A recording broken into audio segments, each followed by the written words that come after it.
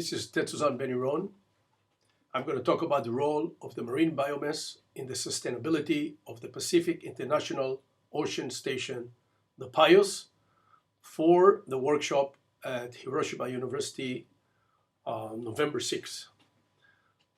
I'm representing basically here the Blue Revolution Hawaii, and the founders are Dr. Patrick Takahashi, Dr. Fujio Matsuda, John Farias Jr., Leighton Chong, Guy Toyama, Dante Kiara Carpenter, Met Matsunaga, former Hawaii Governor George Ariyoshi, Kaio Kimura.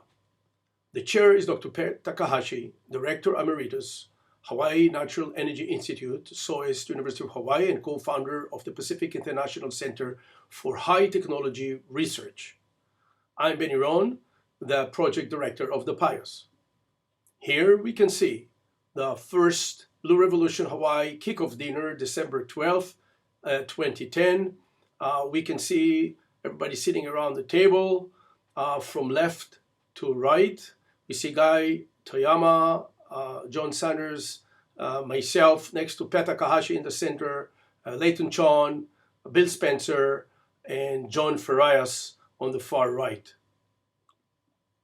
This is the second meeting that we had, the Blue Revolution Hawaii dinner of December 2011.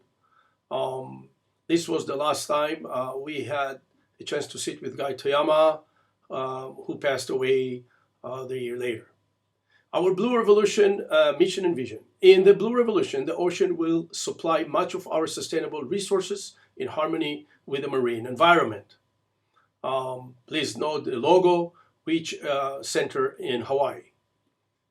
The result of our work is the construction of the world's first floating island built in Hawaiian waters as a living laboratory for ocean research and commercial operation. Our initial focus will be on public education to reinforce Hawaii's leadership role in the development of the Blue Revolution.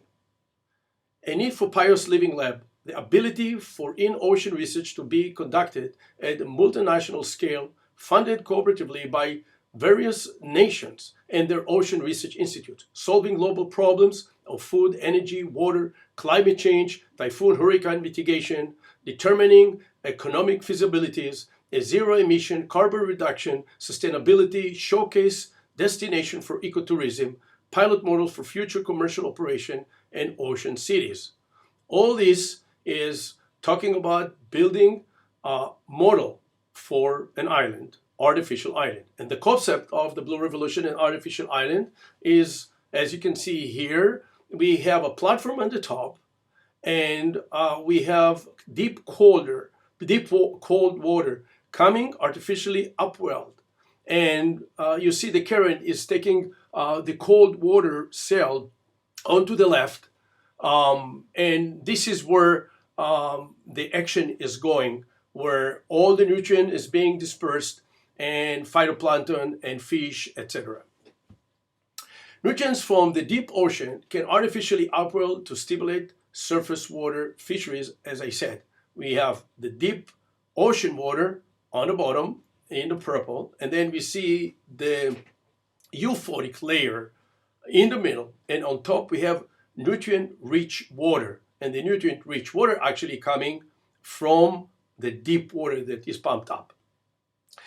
What you see here is a conceptual design of the PIOS, maybe the first one, designed by engineers.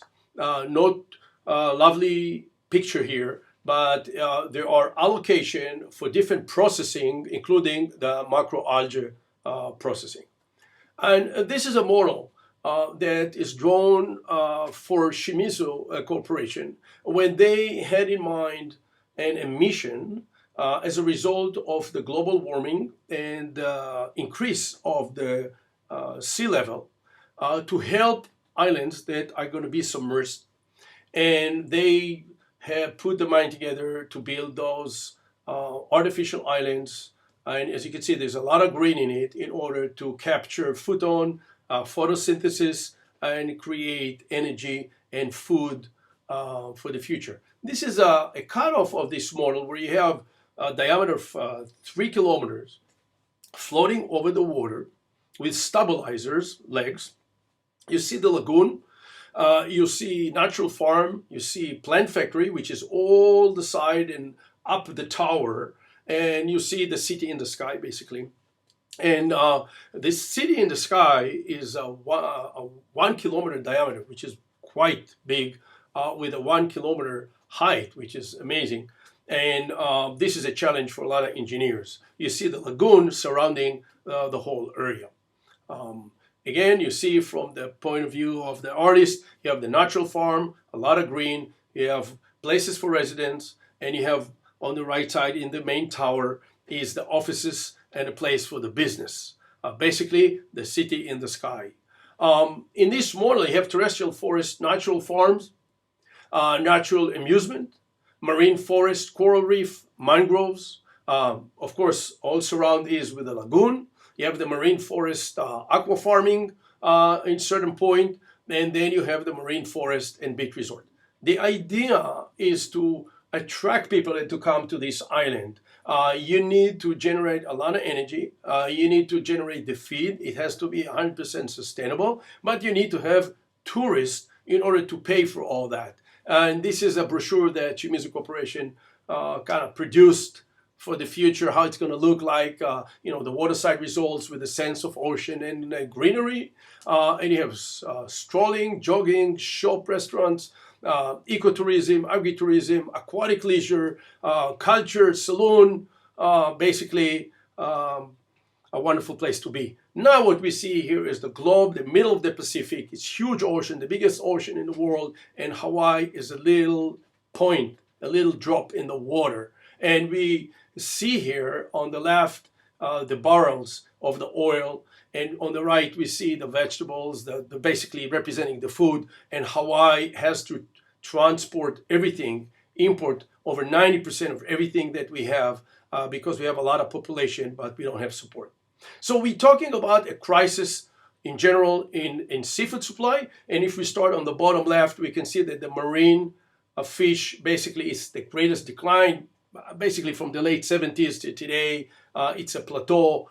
They cannot get more fish. There's so much you can suck up out of the ocean. And of course, the aquaculture is taking the place of the fisheries year by year and increase in aquaculture production because the demand is still high. And on the right, you can see the increasing population, affluent, health consciousness. Now, people are thinking about environment and about the health.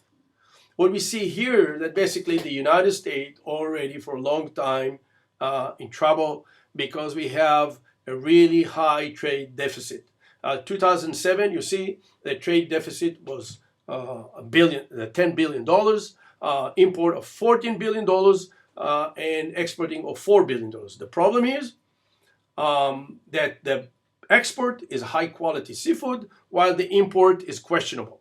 Not all the import of the seafood is high quality, and there is a shortage of hands and eyes to check everything. Today, we are in $11.5 billion trade deficit, which is really large amount, and this is where we fight for to reduce it.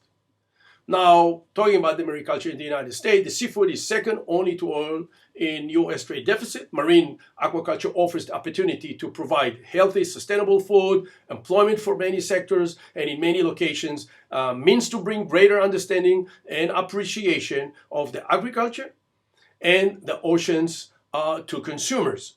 We have to be minded about this because the quality that is produced in the United States in mariculture is really high. Now, the challenges: how can opportunities be created to expand aquaculture, complement society core value, benefit or have a neutral effect on the environment, be sustainable in the long term, create economic opportunities and jobs, very important, and ensure long-term food security. Again, if you have $11.5 billion trade deficit, this is not food security. Now, just a reminder, the concept of the Blue Revolution, we artificially pump water from the 600 meters cold water with a lot of nutrients in it to the top. When you have upwell water, also contain nutrients, nitrate, phosphate, silicate, and dissolved gases, oxygen and carbon dioxide, that are not utilized at the depth because of the lack of sunlight. Not much living over there. Now, on the surface, These nutrients and gases help to fuel photosynthesis by small algae called phytoplankton. This phytoplankton is a start of the chain food. And the phytoplankton comes in many shapes and forms. Collectively, they form the base of oceanic food web. Without upwelling, many of the world fisheries would not thrive. We need them. The supply of the nutrient and the CO2. We can see that the mass transfer in the seawater is slow. Concentration gradient must be kept as high. Maintain water flow in large plantation that might be a little bit different. Some species fix also the nitrogen as is. You can find this article in the Popular Science 1981. Now, when you talk about species choice, this is the opportunity. You have climate zone, you have growth rate, size, floating attached, nutrient content, reproduction, harvest method, and breeding. It depends, of course, on the species and on the place. Now, what could we do with the biomass? Seaweed biorefinery. You have the bioactive compound, and you have the on the one side and the human food, fresh or dried. And if you look on the left side, we see the hydrocolloids, mannitol, other carbohydrates, and brings it into fermentation to biofuel and biomass over the feed, going to feed, and then biochemical feedstock or bioplastic. And then you have the minerals coming out, which taking it all the way to soil conditioner and waste, and protein, fat, and other nutrients, and animal and aquaculture feed to replace the fish meal that everybody worry about. Now, this is just an example of the Valela research project of raising fish in the sea, drifting pods. In the center, you see tons of fish, which is the Kona Kampachi.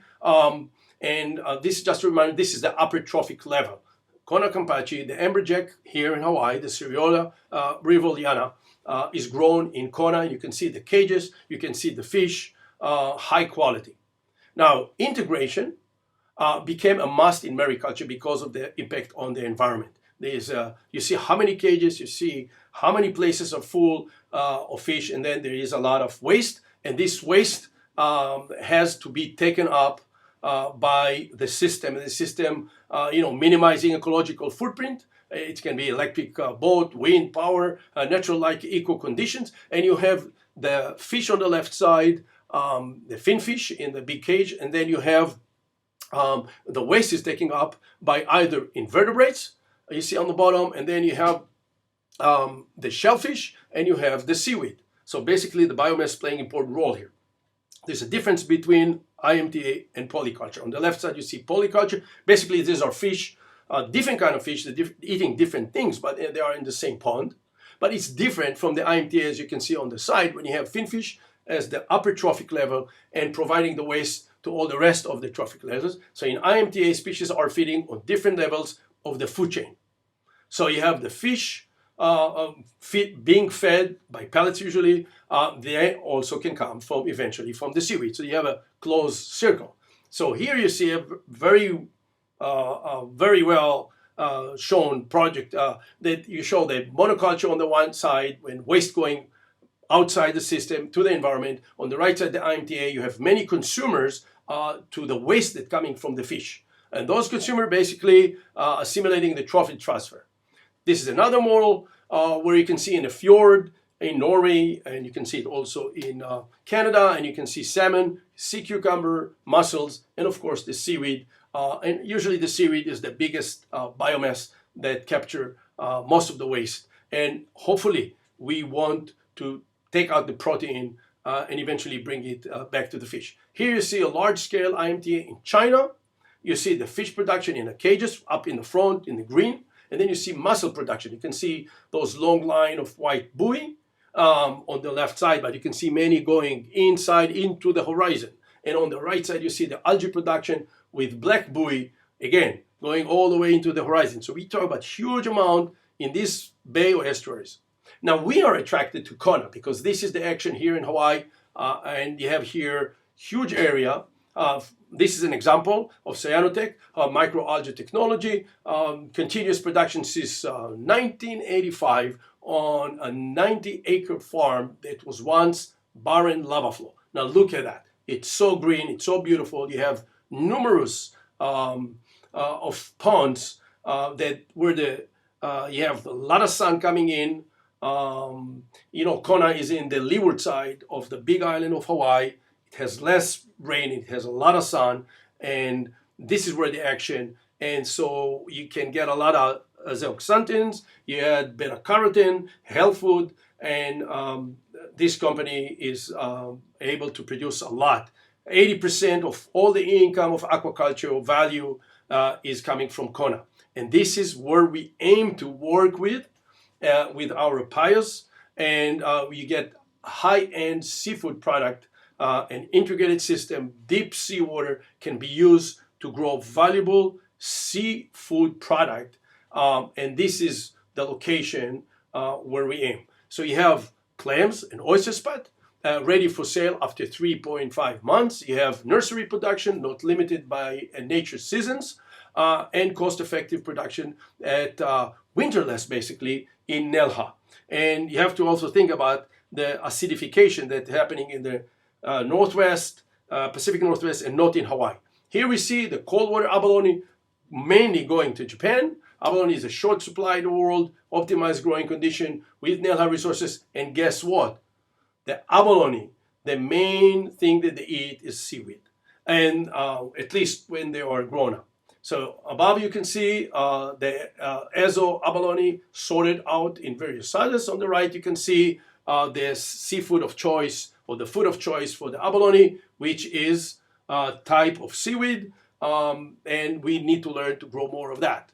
Here you see free disease shrimp, and in Hawaii, in Kona, they specialize in this broodstock.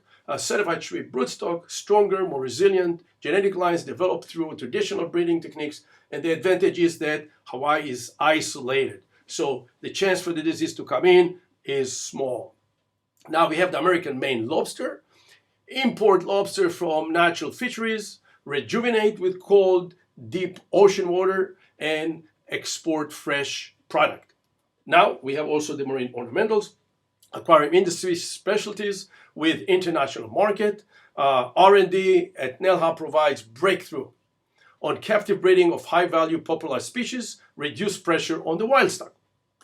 By practicing mariculture in our PIOS, we are allowing for substantial reduction of impact of aquaculture enterprise on water, in particular through reduction in the amount of water used or improving the output water quality, including through the deployment of multi-trophic aquaculture system, limiting the negative impact of the aquaculture enterprises on nature or biodiversity, and increasing energy efficiency and promoting conversion of aquaculture enterprises to renewable sources of energy. It is our mission for the PIOS. Now, to summarize, our recommendation is that IMTA offers new opportunities in species diversification that should be utilized with special regards to new unconventional species. Of course, not only fish. PIOS will consider adopting the IMTA concept in combination with the production of the micro and the macroalgae. I would like to thank you, and I would like to thank especially my host, Professor Yutaka Nakashimada from Hiroshima University. The Blue Revolution Hawaii can be found on the internet on http bluerevolutionhawaii.blogspot.com. Aloha.